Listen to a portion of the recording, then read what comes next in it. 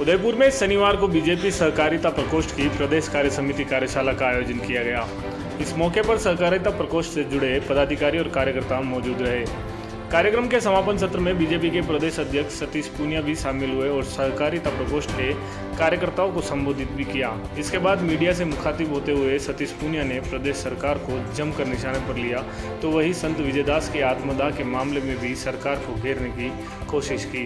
यही नहीं, बीजेपी द्वारा सरकार गिराने के प्रयास और सवाल पर उन्होंने कहा कि मुख्यमंत्री अशोक गहलोत हर बार पुरानी फिल्म का घिसा पिटा डायलॉग मारते हैं। इस मौके पर सतीश पूनिया ने आदिवासी समाज से आ रही द्रौपदी मुर्मू के राष्ट्रपति बनने पर खुशी जाहिर की है और अपने 3 दिवसीय मेवाड़ प्रवास के दौरान 2 दिन डूंगरपुर और बांसवाड़ा जिला में बिताने की बात कही।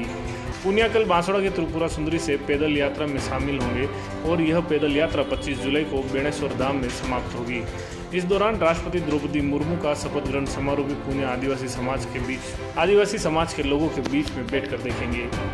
ये अशोक गहलोत जी की घिसी पिटी फिल्म का घिसा पिटा डायलॉग है। उनको याद दिलाना पड़ता है कि कांग्रेस पार्टी ने 100 से भी ज़्यादा बार अनुच्छेद 356 का दुरुपयोग करके, बूटा सिंह इसके उस समय के गृह मंत्री थे, 100 से भी ज़्यादा बार चुनी हुई सरकारों को उन्होंने अपदस्थ किया था। देखिए, जो सरकार हिंदू नववर्ष पर प्रतिबंध लगा सकती है, जो रामनवमी के जुलूस पर धारा 144 लगा सकती है, जो PFI को परमिशन दे सकती है, तो ऐसे काम कर सकती है। देखिए, कांग्रेस पाक साफ होती तो संस्थाओं का सम्मान करती। वो भूल जाते हैं बार बार सहकारी संघवाद की, लोकतंत्र की जब बात करते हैं तो आपातकाल उनको याद दिलाना पड़ता है। 100 से भी ज़्यादा बार सरकारों को उन्होंने अपदस्थ किया, वो याद दिलाना पड़ता है। जिस तरीके से सरकारी एजेंसियों का दुरुपयोग किया, अब उनके पापों से पर्दा उठने लगा तो उनको लगता है कि ED या कोई दूसरी संस्थाएं ज्यादती कर रही हैं। उनमें नैतिक ईमान होता तो इस तरीके से बवंडर नहीं करते, दिल्ली की सड़कों पर ईमानदारी से पेश होते, अपनी बात रखते।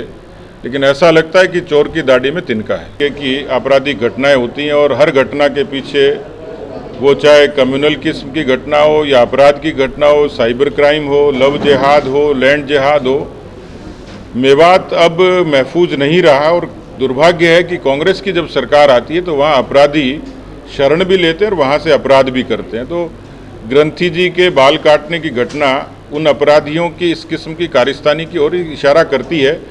पर प्रश्न ये है कि अपराध इसलिए होता है कि सरकार का इकबाल खत्म हो जाता है, अपराधी बेखौफ हो जाता है। उनको लगता है कि सरकार में अपराध करेंगे हमारा कुछ बिगड़ेगा नहीं, क्योंकि मुख्यमंत्री को अपराधों की समीक्षा, कानून व्यवस्था को ठीक करने की तरफ उनका ध्यान है नहीं।